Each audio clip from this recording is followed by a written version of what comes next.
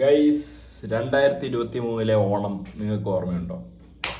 അന്ന് ഓണം റിലീസായിട്ട് വന്നത് king of Kotha, RDX, പിന്നെ രാമചന്ദ്ര ബോസ് ആൻഡ് കോ, ഈ 3 ചിത്രങ്ങളാണ് അന്നത്തെ ഓണം റിലീസായിട്ട് വന്നത്, major release.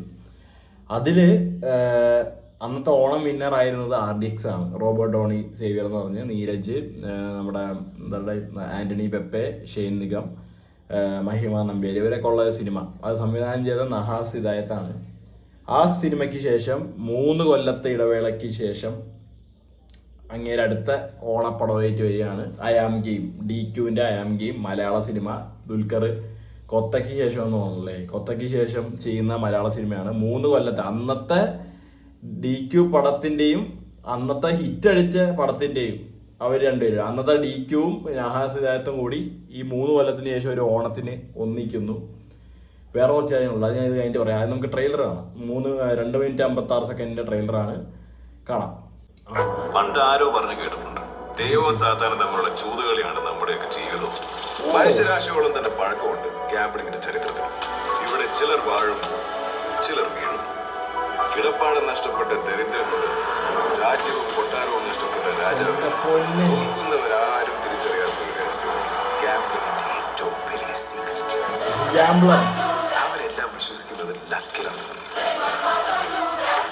This is pure algorithm. Cabinet ministers മുതൽ മൾട്ടിബില്യണേഴ്സ് വരെ മൊത്തം ആളുകൾ ഇവിടുത്തെ പ്ലേയേഴ്സ്. ഇവിടെ പലതരം ബെറ്റിംഗ് ഉണ്ട്. But sports betting is different. ഓരോ ടീമിനും ഓരോ പാറ്റേൺ ഉണ്ട്. അത് ക്രാക്ക് ചെയ്യാൻ പറ്റിയ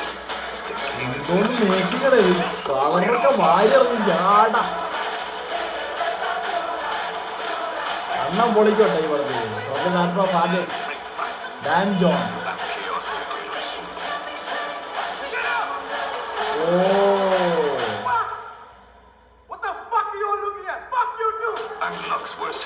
സെൻസറിന് പണി കിട്ടി.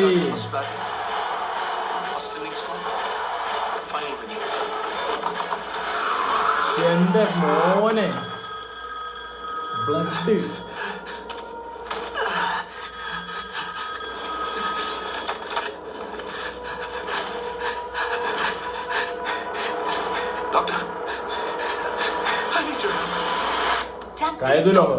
ഞാൻ തന്നെ ഒരു പേഷ്യന്റ് ആയിട്ട് മാത്രമേ കണ്ടിട്ടുള്ളൂ.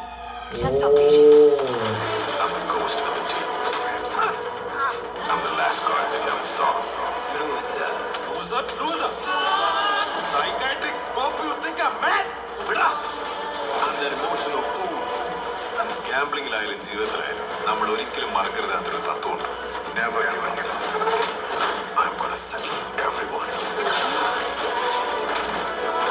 എന്റെ ദൈവം, ആരാ സിനിമാറ്റോഗ്രാഫി?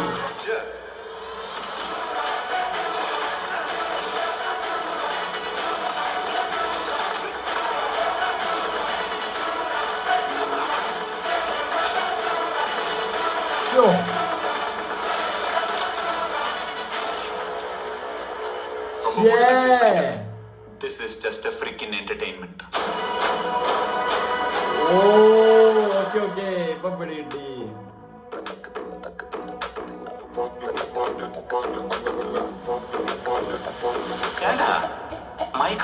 മയിൽ വാഹനം നമ്മളെ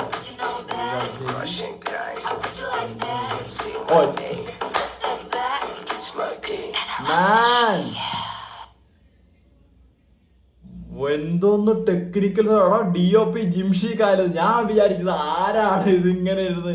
ശരിയാണ്, എൻ്റെ ഒരു ഫ്രണ്ട് പറഞ്ഞത് ജിംഷിയാണ്. ഞാൻ മറന്നു വേണേ.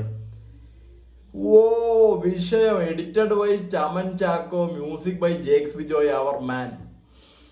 Story Nahas Hidayath, screenplay Sajeer Baba, Bilal Moidu, Ismail Abubakar, action Anbariv. എൻ്റെ പൊന്നെ, ഇത് കലക്ക്. ഇതവർ പറയണ്ടോ, ഇത് എന്റർടൈൻമെന്റ് മാത്രമാണ്. അപ്പോൾ ലൈക്ക് എന്താ പറയാ, ഇത് കുറച്ച് ഓവർ ദ ടോപ്പ് ആയിട്ട് വളരെ എന്താ പറയാ കളറും ഭയങ്കര ഒരു ഹ്യൂജ് വലിയൊരു ക്യാൻവാസിൽ അങ്ങ് ചിത്രീകരിച്ച് അടിച്ച് പൊളിച്ചു വെച്ചിരിക്കുന്ന ഒരു സിനിമയാണ്. അപ്പോൾ ഒന്നെങ്കിൽ ആ അറ്റം അല്ലെങ്കിൽ ഈ അറ്റം. എനിക്ക് എവിടെയൊക്കെ മറ്റേ ബസൂക്കേൻ്റെ ഒരു ഇതൊക്കെ തോന്നി. അത്രത്തോളം ഇതാവുന്നല്ല ഞാൻ പറയുന്നത്, പക്ഷേ ട്രെയിലർ ലുക്സ് പ്രോമിസിങ് മാൻ. കൊള്ളാം. DQ എന്താണ് ചെയ്യാൻ പോണത് നമുക്ക് കാണണം കേട്ടോ. വേഫെയർ എടുത്തു, പുള്ളി അഭിനയിക്കുന്നു, നഹാസ് ഹിദായത്ത്. ഇതൊന്നുമല്ല, ഇനി ഖലീഫ വരും. അപ്പോഴാണ് നമ്മൾ ശരിക്കും അമ്പരിച്ച് ഇങ്ങനെ നിൽക്കാൻ പോകുന്നത്. ഈ രണ്ട് സിനിമ അമ്മാതിരി തീ പടങ്ങളായിരിക്കും രണ്ടും. ഖലീഫ എന്ന് പറഞ്ഞാൽ അമ്മാതിരി ആക്ഷൻ, അമ്മാതിരി പുള്ളീൻ്റെ സ്വാഗ്, അങ്ങനത്തെ ഒരു കഥ.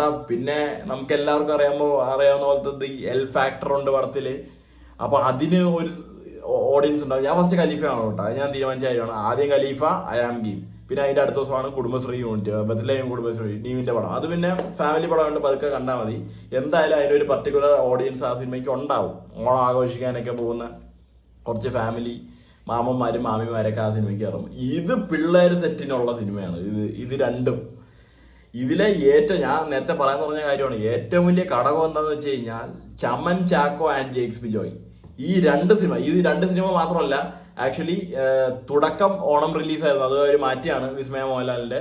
അതിൽ ലാലേട്ടനുണ്ട്. ആ സിനിമയിലും എഡിറ്റ് ചെയ്തിരിക്കുന്ന ചമനാണ്. ലൈക്ക് ജൂഡ് ആന്റണീന്റെ ആ പയ്യനാണല്ലോ, 2002 ചെയ്ത ചമനാണ്. അതിലും മ്യൂസിക് ജേക്സ് ബിജോയ് തന്നെയാണ്.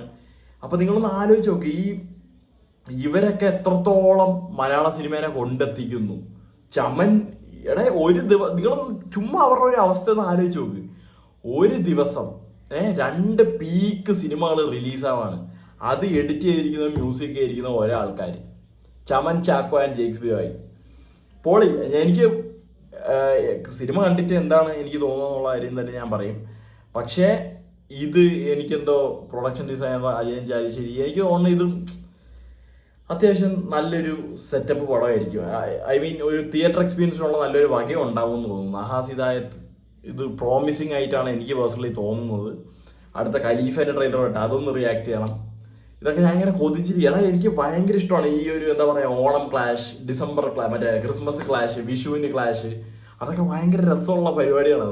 നമ്മൾ സിനി ഫൈൽസിന് ഇതൊക്കെ ഓടിയാണെന്ന് ഇങ്ങനെ സിനിമ കാണാൻ നല്ലൊരു ഓപ്പർച്യൂണിറ്റി. അവരെ വെച്ച് നോക്കാം. പിന്നെ വേറൊരു പക്ഷം ഉണ്ട് കേട്ടോ, ഇതൊക്കെ പതുക്കെ ഇറക്കിയാൽ മതി, എല്ലാം കണ്ടെടുക്കാനുള്ള ഒരു ഹീലിംഗ് ടൈമും കാര്യങ്ങളൊക്കെ വേണമെന്ന് ആഗ്രഹിക്കുന്ന കുറേ പടം കാണുന്ന പയ്യന്മാരൊക്കെ ഉണ്ട്. പക്ഷേ എനിക്കങ്ങനെയല്ല. എനിക്ക് മാരത്തോൺ സിനിമ കാണൽ ഇഷ്ടമാണ്.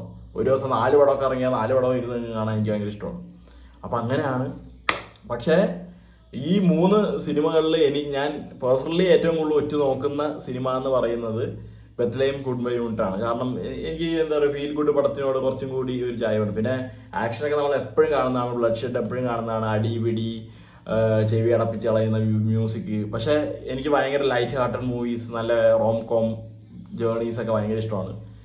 എസ്പെഷ്യലി പ്രേമല്ലു അത്ര ഇഷ്ടപ്പെട്ടത് കൊണ്ട് ബത്ലഹേം കാണാനായിട്ട് ഞാൻ എക്സൈറ്റഡ് ആണ്.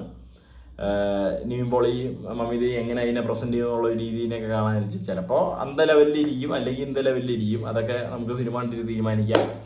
ഇത് കൊള്ളാം. ഇതെനിക്ക് പേഴ്സണലി ഇഷ്ടപ്പെട്ടു. അവരുടെ ആ ഒരു മേക്കിംഗ് ശൈലി, മേക്കിംഗ് ക്വാളിറ്റി എല്ലാം ടോപ്പ് നോച്ച്. പടം വരട്ടെ, പടം വന്നിട്ട് നമുക്ക് കാണാം. ഈ സിനിമയുടെ സമയത്ത് സരിതയൊക്കെ ഓപ്പൺ ആവുമെന്ന് ഞാൻ കേട്ടായിരുന്നു. അങ്ങനെയാണെങ്കിൽ സരിതയിൽ ചെന്ന് ഞാൻ ഈ സിനിമ കാണും. അത്ര വലിയൊരു ഓഡിയൻസിൻ്റെ ഒക്കെ ഒപ്പം ഇരുന്ന്, അതോ ആ റിനോവേറ്റ് ചെയ്ത തിയേറ്ററിൽ നമുക്ക് കാരണം കറക്റ്റ് ടൈമാണ്. അവർ അപ്ഗ്രേഡ് ചെയ്ത സിസ്റ്റത്തിൽ ഇമാതിരി ഒരു പടമൊക്കെ കാണാമെന്ന് പറഞ്ഞു കഴിഞ്ഞാൽ അത് അടിപൊളി ഒരു സംഭവമാണ്. അപ്പോൾ എന്തായാലും നമുക്ക് സിനിമ കണ്ടിട്ട് ബാക്കി കാര്യങ്ങൾ വിലയിരുത്താം. Bye bye.